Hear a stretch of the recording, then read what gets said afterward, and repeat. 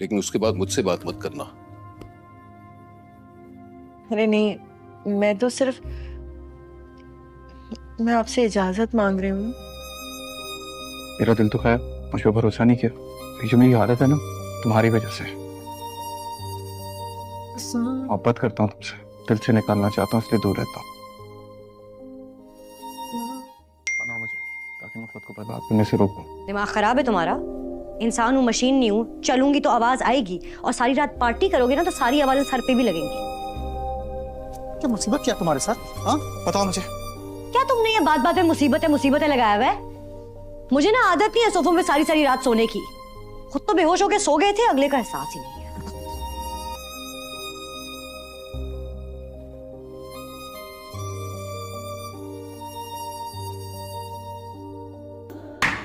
मत करो बर्बाद खुद को, मान जाओ।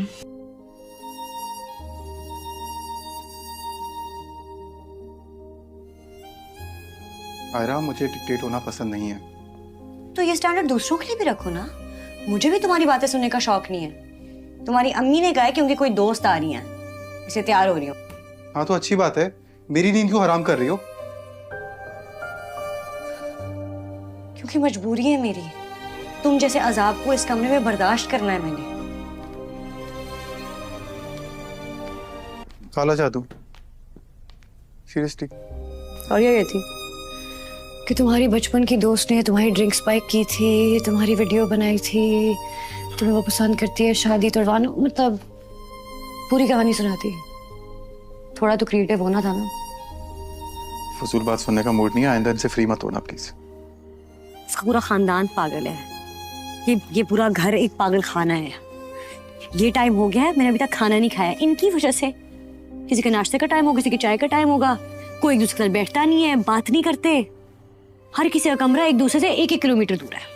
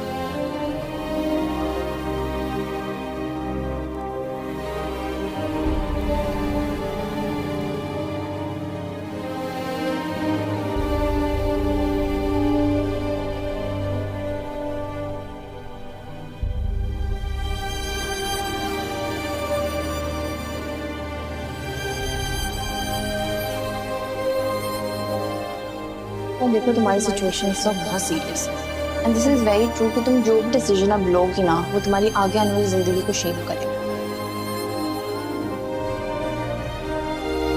व्यूअर्स, कराची के बारिशों के मौसम में एक रात रमला की गाड़ी फिसल कर अजलान की गाड़ी से टकरा जाती है।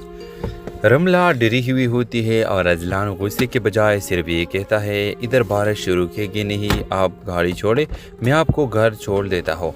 ये दोनों के पहले मुलाकातें होती है और कुछ न पाते भी एक खामोश ताल्लुक़ बन जाता है। रमला की माँ बीमार रहती है, रमला क्लिनिक में नौकरी करती है। अजलान उसे कुछ वक्त बाद दोबारा मिलता है और मदद की पेशकश करता है, मगर रमला इनकार कर देती है। सहारा दिया जाता है, बेक नहीं। ये जुमला अजलान के दिल में गहरा असर छोड़ देता है, क्योंकि उसने सारी ज़िंदगी पैसे के सहारे रिश्ते संभाले और कोए थे।